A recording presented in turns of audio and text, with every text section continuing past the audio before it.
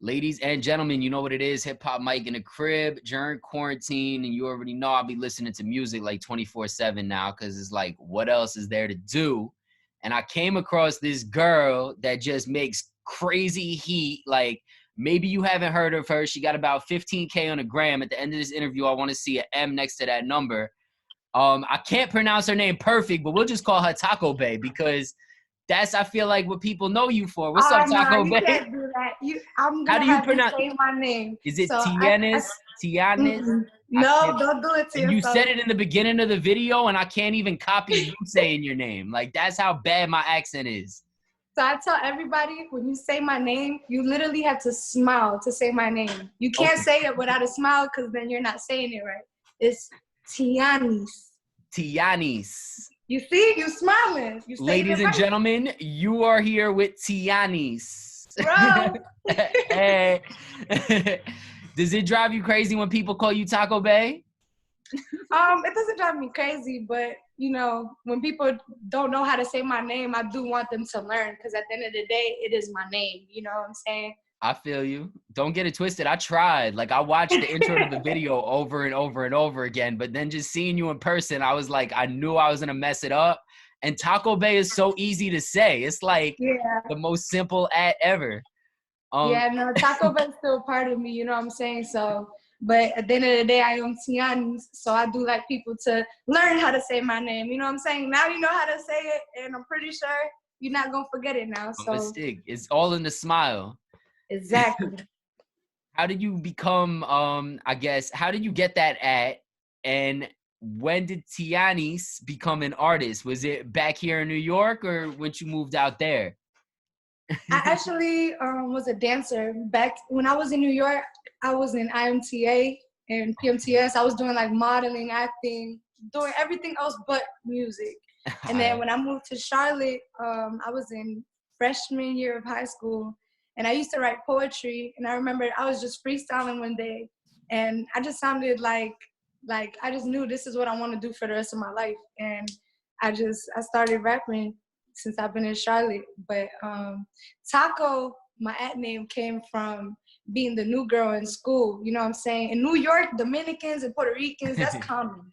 Here in North Carolina, the most Hispanics that are here are Mexican, you know what I'm saying? So I'm the new girl in school. People couldn't pronounce my name. They couldn't say Tianis.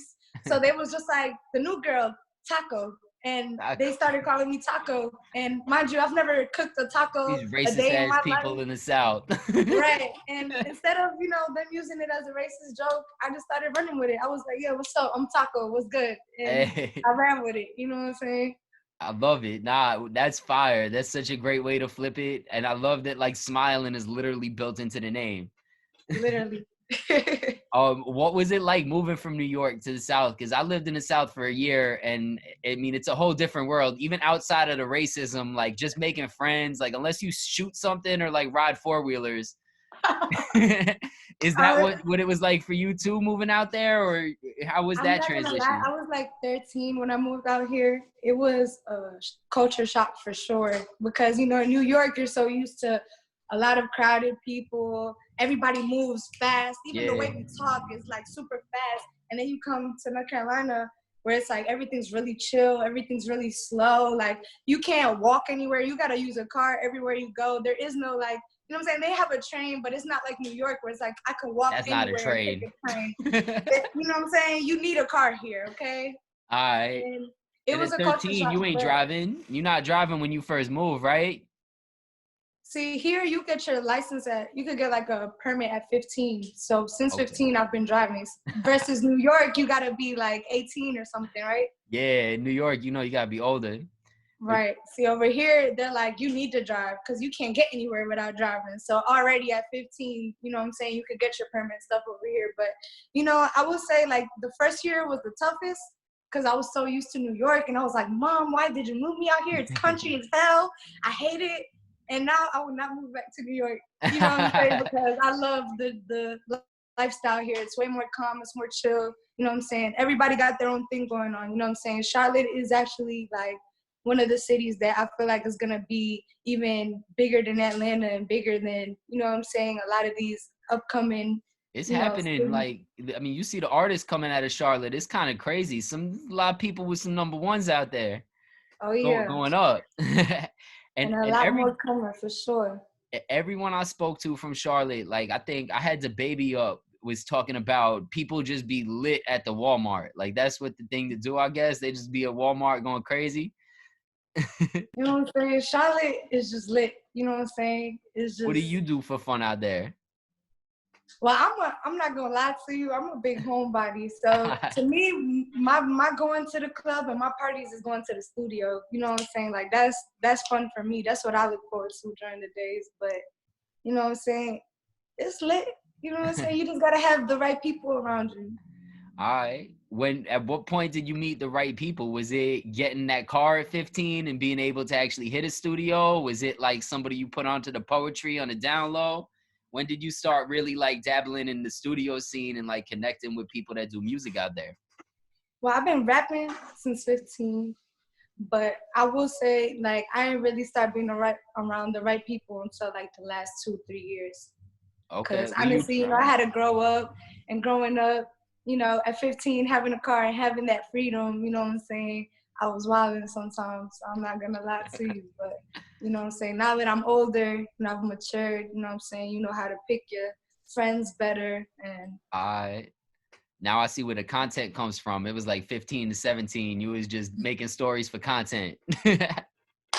you know, it's crazy. Somebody said that the other day to me because I've always been like ahead of my time, you know, like even as a kid, like my mom used to always tell me when you was 5, you acted like you was 9. When you were 9, you acted like you were 13. When I was 13, I was like a whole teenager in these streets. And, you know, I'm 21 now, but I feel like I'm pushing 30. But, you know, You mature as hell for 21. I'm literally pushing 30. I'm gonna be 30 in November this year.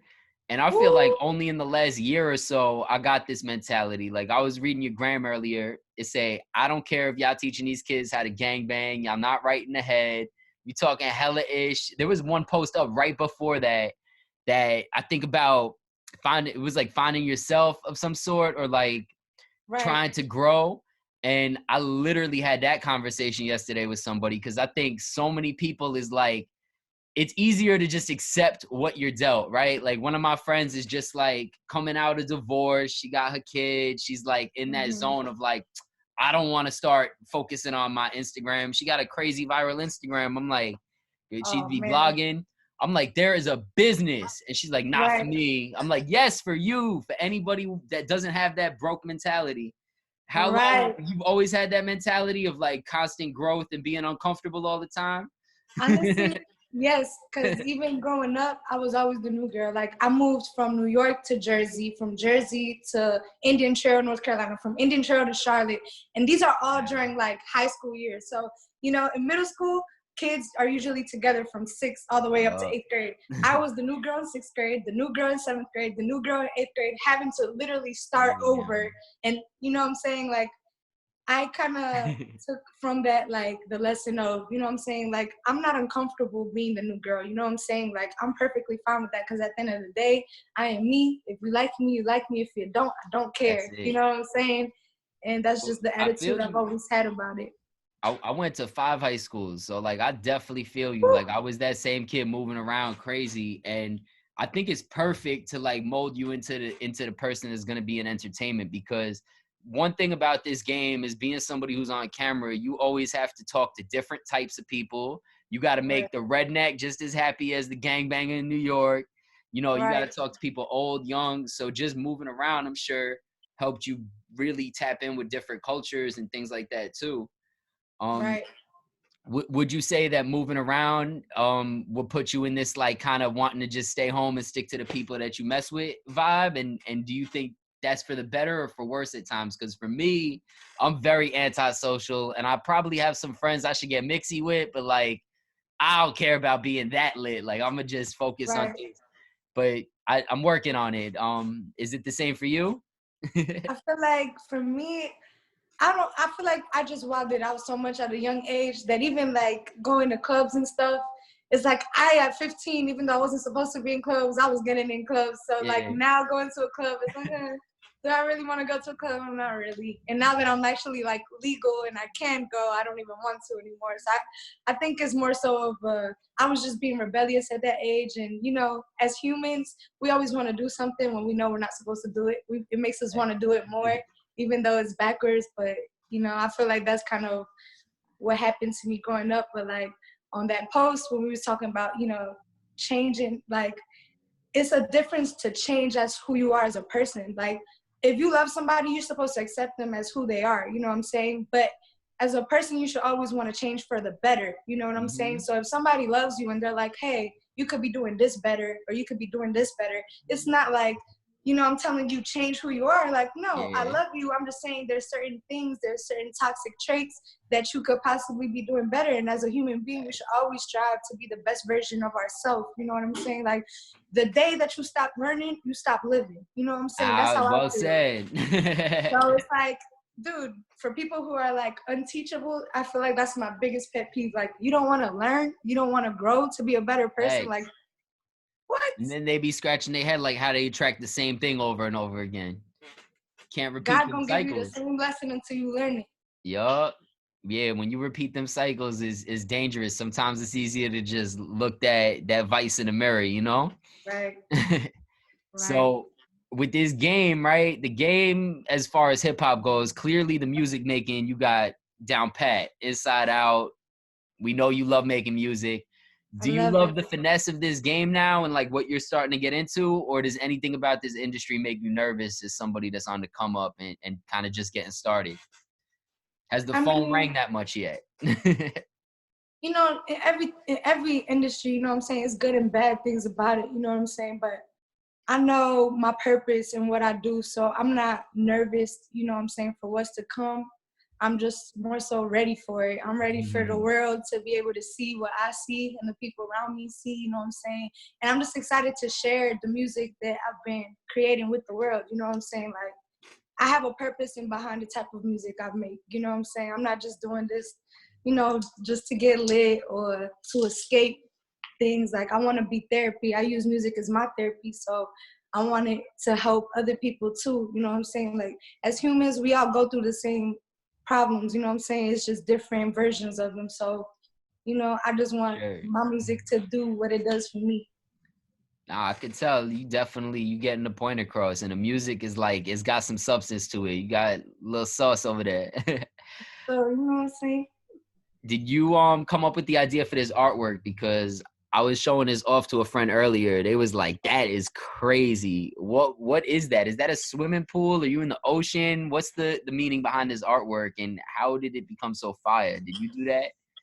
So I didn't make it, obviously. I mean, Look, you never who's the guy know. that did it, man? So the graphic genius behind it is actually Trelly, and the pictures were actually shot by my girl Frankie. But I had the idea of, you know, the song is in my head, you know what I'm saying? So I told him, like, I wanted the artwork to literally be like I'm inside of my own head, you know what I'm saying? Like, and that's how it came about, you know what I'm saying? We took a couple tries before we got it, you know what I'm saying, to be that fire. But shout out to my day-to-day, you know what I'm saying, Rev, the best day-to-day manager, you know what I'm saying? He got my vision, you know what I'm saying, created, so Yeah, we it's gotta fire. pick up Rev. Rev was super on point with the back and forth in the DMs. I was like, I think I would reach out on live. You were live one day, and I was like, I'm gonna shoot my shot, see if I get an interview with her, because she's dope. And you was on point. He's like, hit my management. He gonna set it up. And literally, I hit him that same second. 1, 2, 3. We set up for today. I said, Rev get it done. You know what I'm saying? That's how I be like, everybody be like, feature, da-da-da. Like, hit Rev. You know what I'm saying? He get it done. That's it. Dot connecting. So what is SCE? You the first lady at SCE. Is that something Rev part of too? Is that y'all squad? What is SCE? Social Currency Enterprises. That's the label. And yes, I'm the first lady, you know what I'm saying? We've been rocking for a couple months now, and we about to be the best label, you know what I'm saying, of 2020. You know what I'm saying? Mark my words, write down this date. Remember I said it, you know what I'm saying? For sure. Bet. I got it locked in for real. Y'all gonna do some crazy partnership. I could already see it. Oh yeah. We got the hottest artists in Charlotte right now. You know what I'm saying? We got Lil Jon, we got Zay the Goat, and we got Young Sunny Boy. You know what I'm saying? And obviously Tianis Rose. So First lady. yeah, stay tuned. We got a lot of stuff coming out. What's your plans moving forward? Like, what is coming out? Is it stuff you already worked on? Is it stuff you working on now? How can people look forward, or what can people look forward to, I should say? So I'm gonna give you a little sauce, you know what I'm All saying? Just for you, you know what I'm saying? Especially just for you.